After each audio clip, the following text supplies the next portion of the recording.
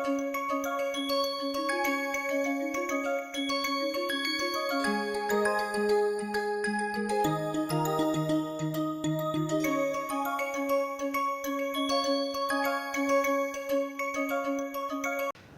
welcome back everybody. Let's continue our discussion where we left it off last time.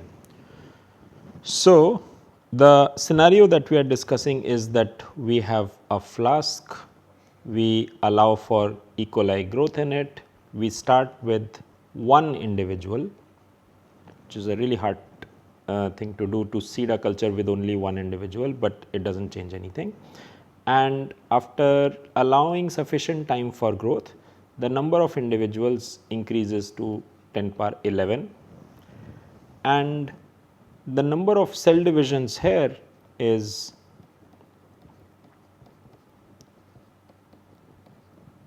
is 10 power 11 minus 1, because this we have seen previously is simply equal to nt minus n naught, and this number is roughly equal to 10 power 11. It is only 1 less than 10 power 11, roughly equal to 10 power 11. The mutation rate for E. coli mu is 10 power minus 3 per cell per generation, and hence the number of mutants generated in this growth process is simply equal to 10 power 11 approximately, because this is an approximation, into 10 power minus 3, which is just equal to 10 to the power 8. Now, that is a very large number. It is much larger than the total number of possible SNPs.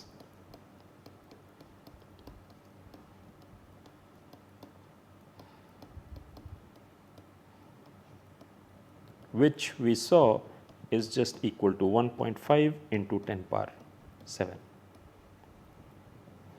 So, in one sense, what we should realize is that in just one growth culture of 100 mils, E. coli and an E. coli population generated enough diversity, then generated more diversity than it could possibly do. And for natural selection to act, we need variation, and that variation has been supplied via this mutation rate in such a large amount in only one culture that there is sufficient variety to select for individuals which are better adapted in this environment, worse adapted, and so on and so forth. So, the variation that is the key lesson for this exercise for us, from this exercise for us, is that variation that is generated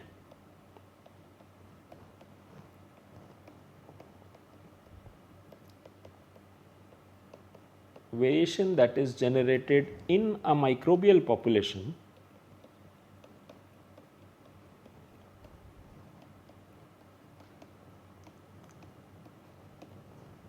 is via mutation.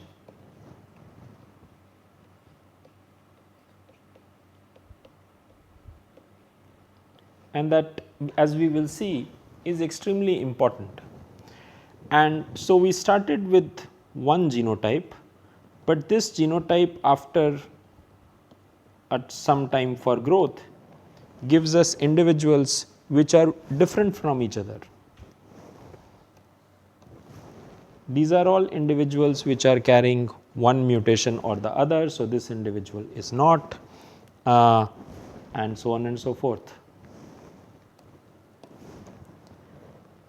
And now, this process of mutations happening has generated variation, genetic variation at least, and this variation, which is genetic because their genotypes are different, this genetic variation, which will lead to different physical manifestations, different phenotypes,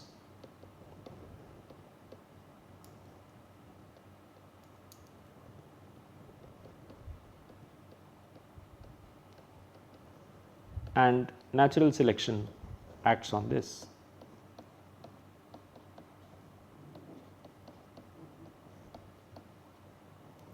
On this phenotypic variation. So, the idea here is that this variation on which natural selection acts is provided via mutations.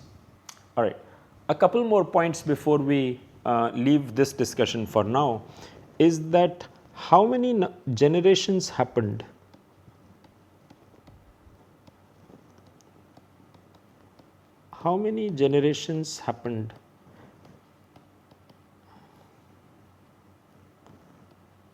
as the population transitioned from n naught equal to 1 to nt equal to 10 to the power 11 in this case. And we know the formula that nt is simply equal to 2 to the power k times n naught. Plugging in the numbers that we have, we get 10 to the power 11 equals 2 to the power k into 1, which is 2 to the power k equals 10 to the power 11, which just tells you that k is simply equal to log base 2 of 10 to the power 11. And we can work out what this number is. So, this many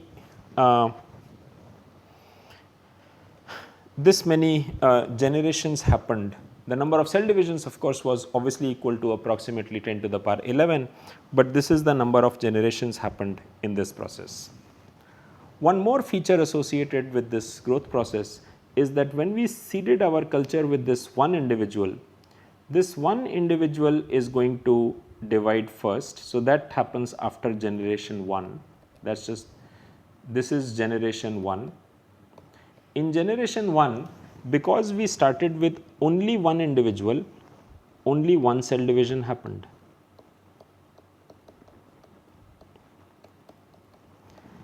And of course, what is important to realize is that this cell division, we know that statistically speaking, an error happens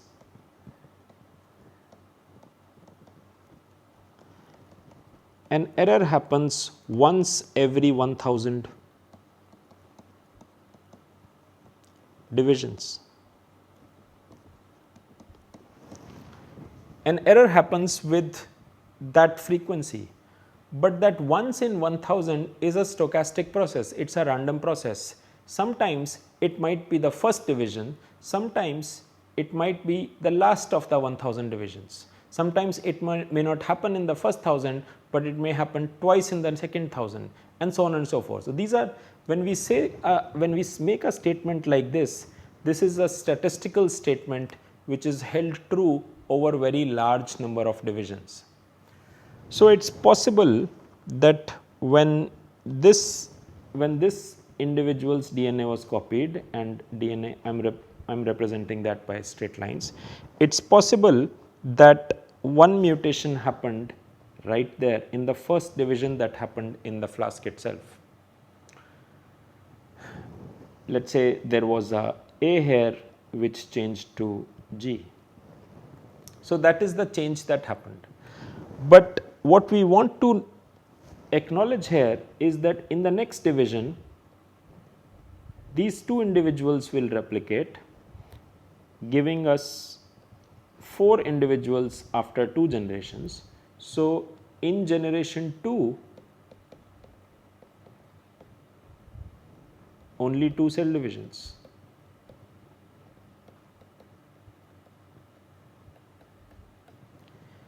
Similarly, in generation 3,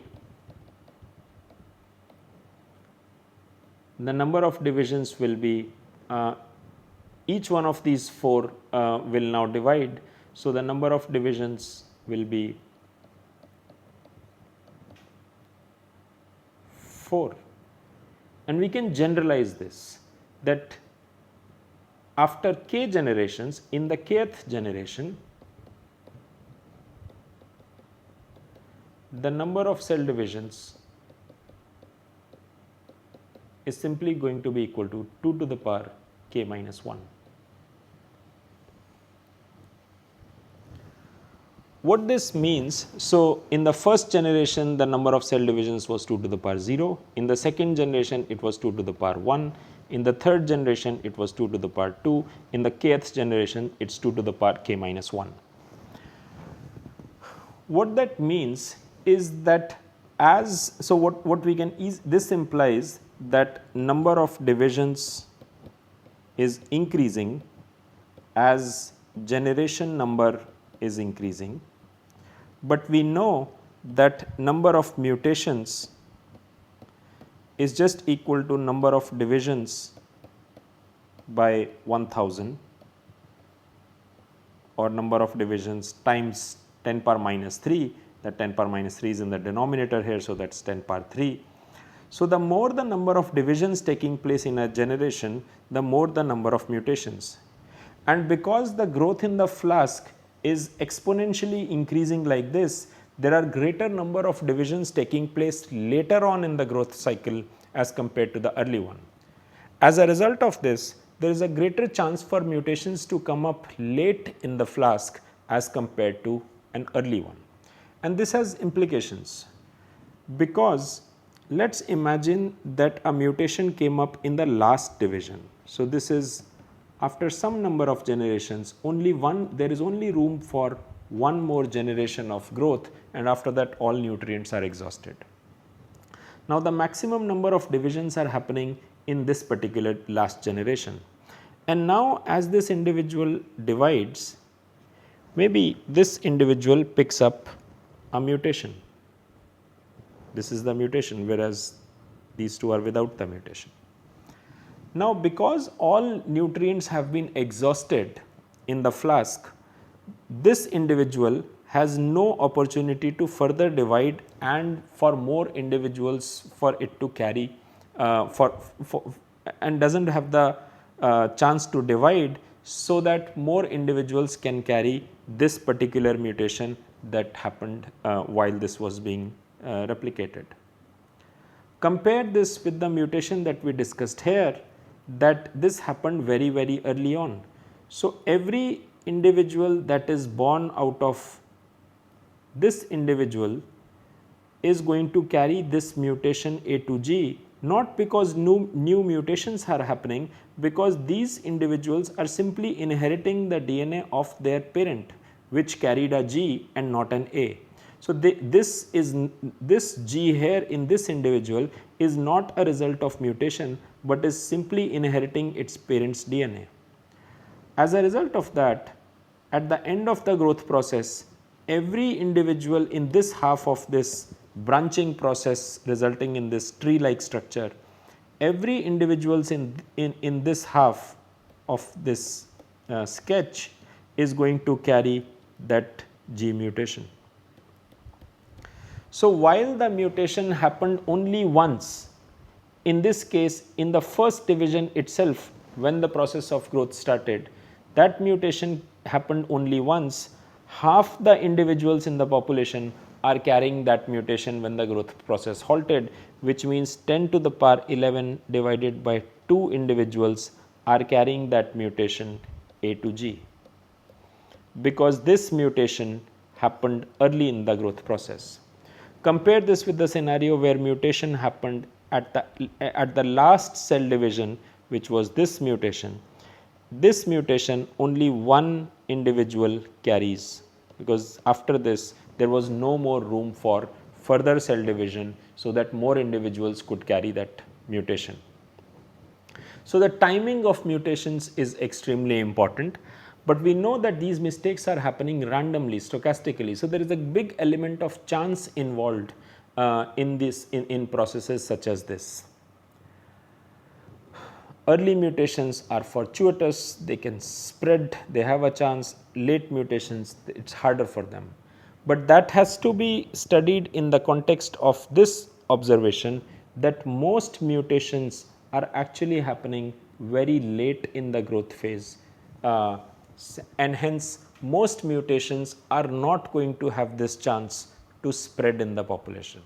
So, timing is important, but timing is contingent on just random chance of when a mutation first makes its appearance in the process. in a few videos from now, we are going to discuss formally about how the role of chance dictates evolutionary trajectories. One more thing that we want to discuss here, and this is more like a puzzle, is that imagine an E. coli. So, it has its DNA and this DNA is being copied. Now, we want to zoom in and understand how DNA replication takes place. If we zoom into DNA and we arrange the DNA as a perfect circle, let me use the same color. If we draw the circle, if we draw the DNA as a perfect circle, then replication is obviously done by a machine called DNA polymerase, but replication of DNA starts at a particular location which is called origin of replication. So, DNA polymerase comes and binds this site and it moves in one direction, and while it is moving it is copying the DNA which is acting as a template, and the replication process halts at the diagonally opposite end which is called the terminus. When this DNA polymerase has made its way through this, covering this half of DNA and making an additional copy. The same process is going on at the other end, where another DNA polymerase molecule is moving in the other direction and copying the DNA, and both these polymerases move at the diagonally opposite end.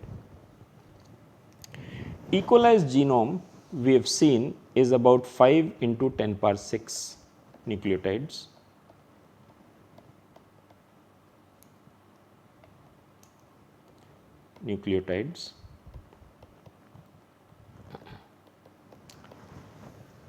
And in the example that we discussed in the previous slide, where we have growth being facilitated in a media called LB media, temperature is 37 degrees Celsius and there is shaking, so oxygen is available for the cells. In these conditions, the division time of E. coli is roughly 20 minutes. So, we know this from experiments, we know this happens, we have made measurements of this and we know that replication can take place in 20 minutes. So, that means but for replication to happen every single time, DNA polymerase must copy the entire organism's DNA, because that is something that is faithfully transmission from one generation to another. The speed at which these DNA polymerases move, so DNA polymerase speed, so far we have talked about the accuracy of DNA polymerase and we saw that one error happens every 1000 divisions, so it is an extremely accurate machine. The speed at which it is copying DNA is about 10 power 3 nucleotides per second. So, that is also very fast. It's putting together 1000 nucleotides every second and it makes one error in every 1000 divisions. But if we do some simple math and we ask that how long does it take for this DNA polymerase to copy one half of the DNA, and obviously the same is happening on the other half, how long does it take for this machine to copy one half of the DNA? So, in 1 second it's polymerizing 10 power 3 nucleotides. The total number of nucleotides that it has to polymerize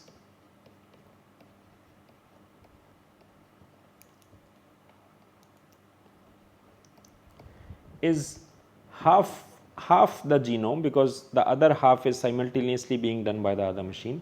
So, this is 5 into 10 power 6 divided by 2. So, that is 2.5 into 10 power 6 nucleotides, and So, the time taken for DNA replication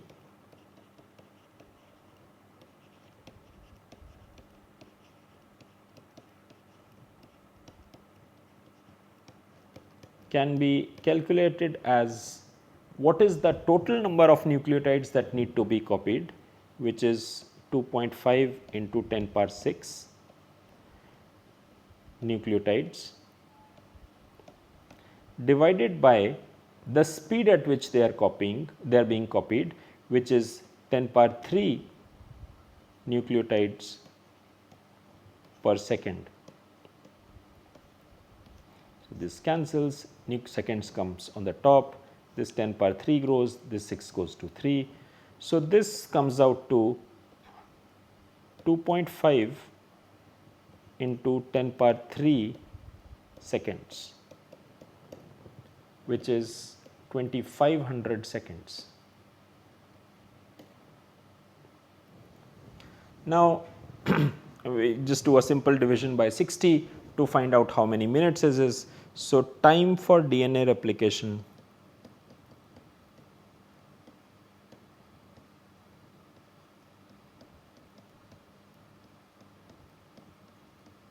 in minutes is simply 2500 by 60, and this is 41.8 minutes. And this is a really strange observation, that if this is true, if this is the amount of time that DNA polymerase takes to copy DNA, then how can division take place in half the time? Remember that DNA, all the DNA is being passed off to the progeny. It is not as if the progeny is only getting half of it, because that would, I mean, no organism can survive the loss of half its DNA. So, this is a problem. If it takes 40 minutes to copy DNA alone, how can replication take place in 20 minutes? And I leave this as an exercise for you to wonder about and think about the possibilities as to how the cell can manage both these to be true. So, I will summarize this in a sentence, but I would like all of you interested to sort of look up how this is possible. How can E. coli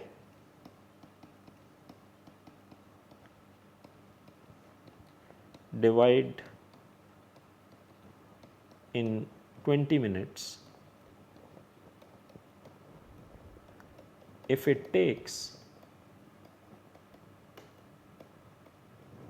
40 minutes to copy its DNA?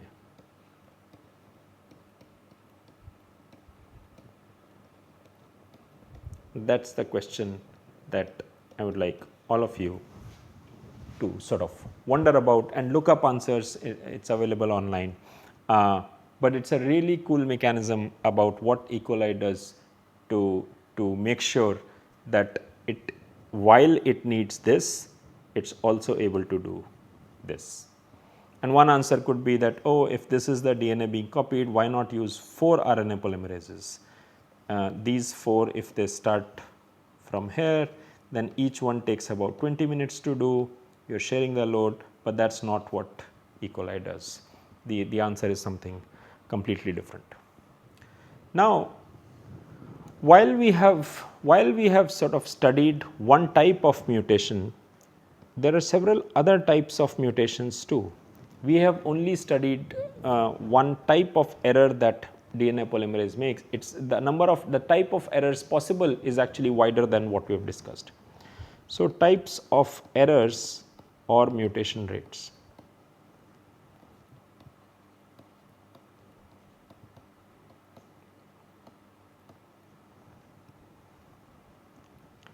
The first one that we have been looking at is called a SNP, single nucleotide polymorphism. This is just a change from one base to another, and its implications can be quite variable. For example, let us imagine that we have a gene sequence.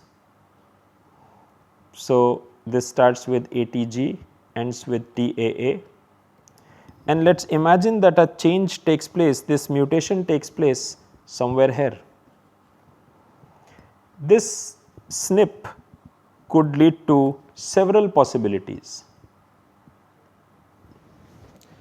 One of the possibilities could be that an amino acid change takes place, because now the triplet has changed, and hence looking at the standard genetic code table where we saw the association between triplets and which amino acid is being assembled into the growing polypeptide chain, you could have an amino acid chain, and that may or may not have an effect on protein functionality.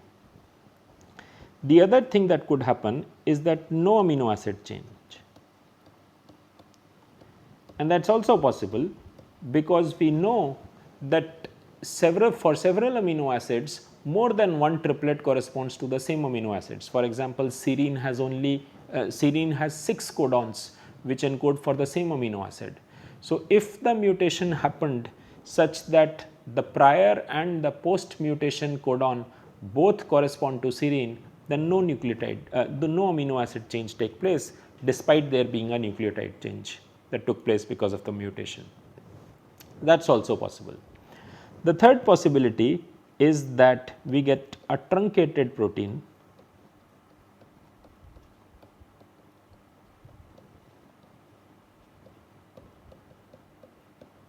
because this change led to a TAA right here. So, maybe the original codon here was AAA, but this A changed to a T and hence it became a TAA, which meant the process of translation halted right here and we did not get the full protein that we were looking at prior to the mutation. So, these are 3 possibilities.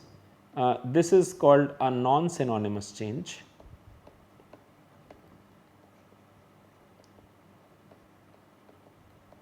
This is called a synonymous change.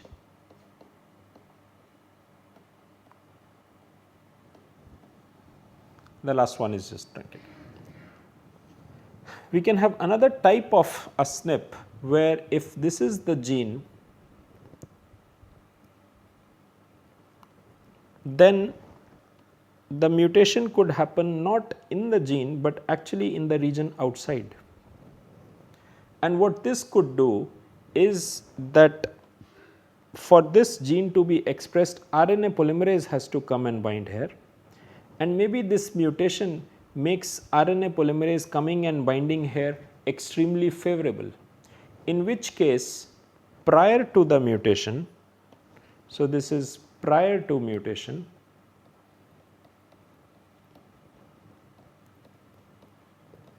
the cell was making X amounts of this protein,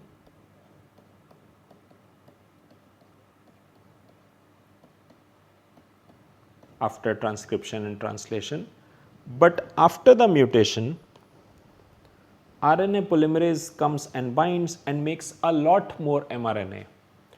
If it makes a lot more mRNA, maybe twice the amount of mRNA, because this mutation has made binding of RNA polymerase extremely favorable. So, if it is making twice the amount of mRNA, then it is very possible that the amount of protein would also get doubled, and hence post mutation the cell makes 2x amounts of protein.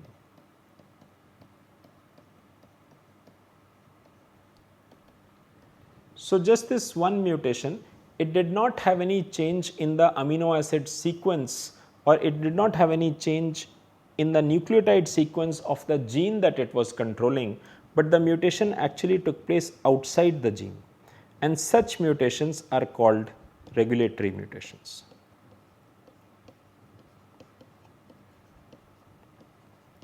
Because what is being controlled is what has changed now is not the sequence of the gene, but when a gene is being made, how much of it is being made are the aspects of production of the protein that are being controlled, and hence in this particular case the protein resulting from this gene is being made in twice the amount. So, that is one example of SNP. You could have other types of mutations, and one of them is called an insertion.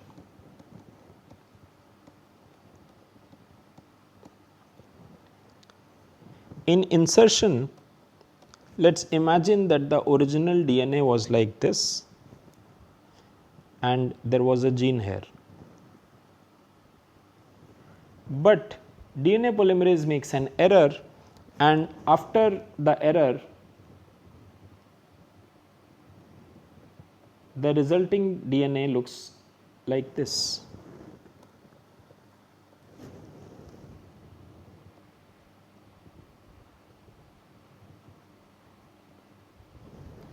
It just inserted a piece of DNA that was not there prior to this mutation. This piece that is inserted could be from another part of the genome, could be a gene that it acquired from the environment, was not its own, it was present in the environment, could be a piece of DNA that it traded with another species in the environment. But the point being that if this was a gene and insertion took place like this, the gene that was here has been broken down into pieces and is most likely going to be non-functional. So, whatever job in this case this gene was doing is likely not going to happen in the progeny. Alternatively, insertions can also happen where you have a gene and an insertion took place where it did not happen inside the gene, but it happened next to a gene. And this insertion was carrying another gene which made a protein which was catalyzing, which is performing a certain catalysis job in the cell. In this context, this individual after this insertion has acquired a functionality which the parent did not, because the red gene was not there. Maybe this trade happened between species such that it acquired this mutation and insertion happened, and this insertion of a foreign piece of DNA gave it properties that it earlier did not.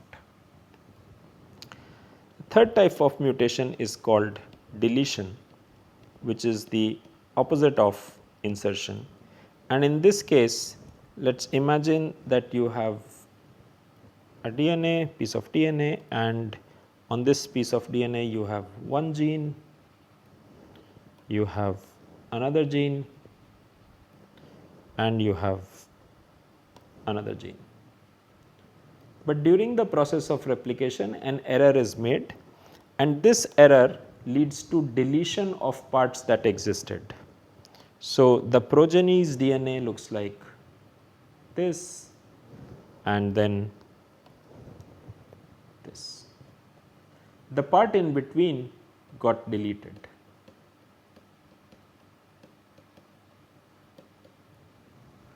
And as a result of this, the blue gene is lost, and whatever functionality it was conferring upon the individual is also lost. Collectively, insertions and deletions are called indels.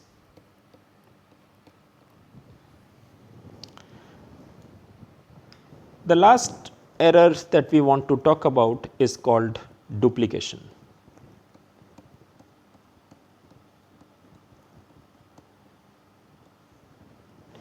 One thing I should mention about insertion, that these insertions could be really small, that while the DNA was being copied, this entire red patch was just a single nucleotide A, which the DNA polymerase inserted by mistake. But what that is going to do is insertion of this one nucleotide makes the triplets go off frame.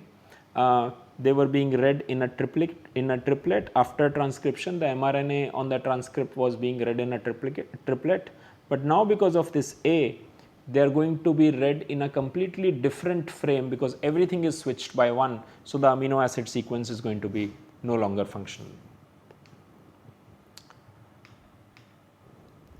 In duplication, you simply make another copy of a gene. So, if this was the parent DNA,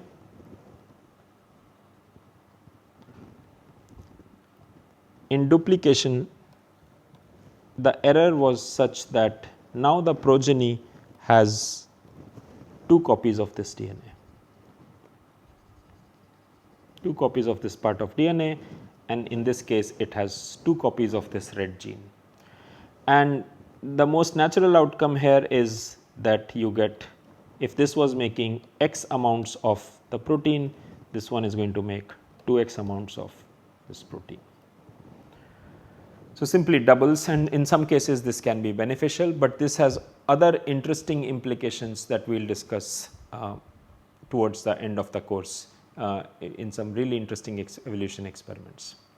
So, these are the type of mutations that we can have. We can have SNPs, we can have indels, we can have duplications,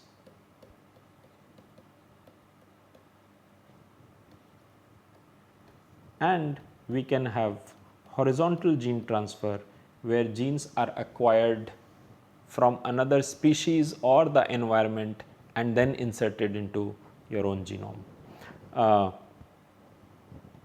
This collectively represents the spectrum of mutations that can take place in an organism. The main idea of this lecture again being that the variation for natural selection